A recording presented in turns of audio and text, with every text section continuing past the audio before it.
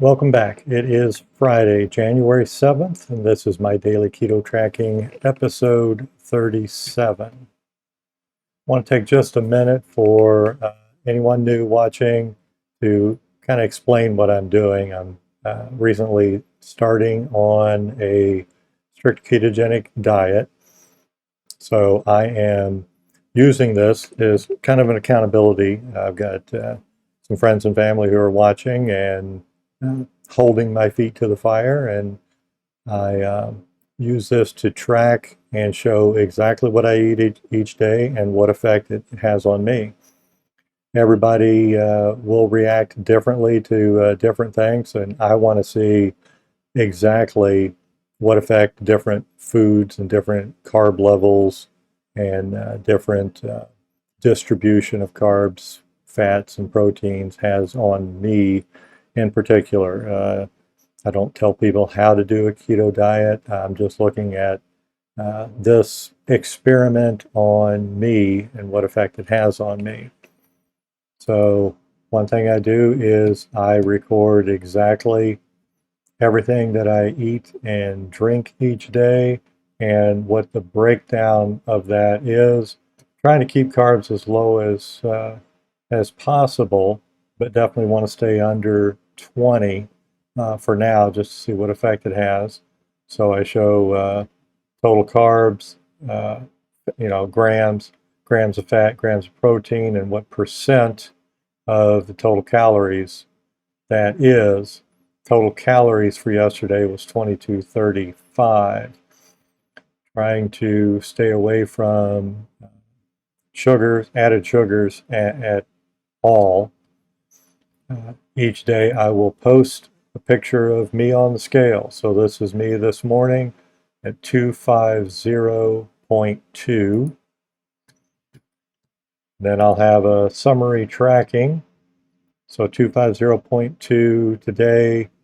That's a 0.4 pound drop day over day and a total of 8.8 pounds loss since December 27th. I did say this is episode 37, but there's obviously not 37 days here. I started this before Christmas and went totally off the wagon over Christmas Eve, Christmas Day, and the day after Christmas. So I just restarted on the 27th with that weight as my baseline. So this was day one for resetting that. I measure my waist every day, and by waist I mean the biggest circumference around my gut.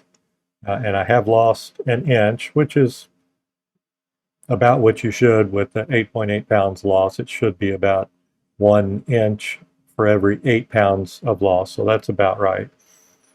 I am including a BMI measurement, which is a rough calculation, of course, but it is used regularly. So anything above 30 is considered obese. So when I started this, I was right on the border of obese. And then 25 to 30 is considered overweight. So I have dropped one BMI point since I started, which is good. The goal being to get under 25. If you do the calculation, me at 6'6", I would have to get to below 216.4 roughly to fall below that 25 BMI range. BMI obviously does not take into consideration lean muscle mass, but I don't have much, so I think BMI will be fairly accurate for me. So tracking on carbs, total calories. Yesterday was my highest total calorie day, but I did lose 0.4 pounds. Ketones is one of the things I'm tracking. Caffeine I'm tracking. Ketones did go up, and caffeine I'm tracking to see primarily what effect it has on blood pressure. And once I get enough data points, I'll actually do a real data analysis, do a multivariable linear regression, and just see what affects what the most. So ketones went up.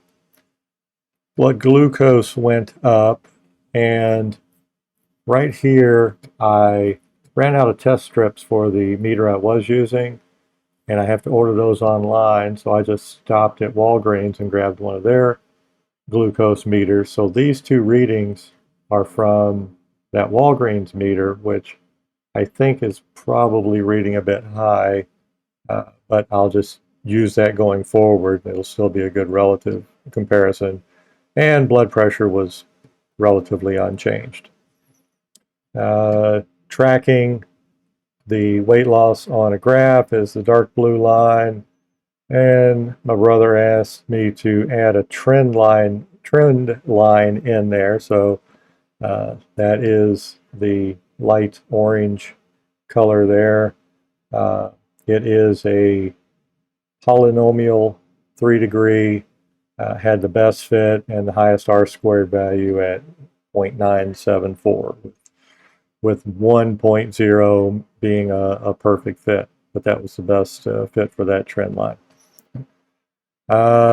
If anybody has any comments, questions, recommendations for me, leave them in the comments. And as always, I appreciate you watching. Thank you.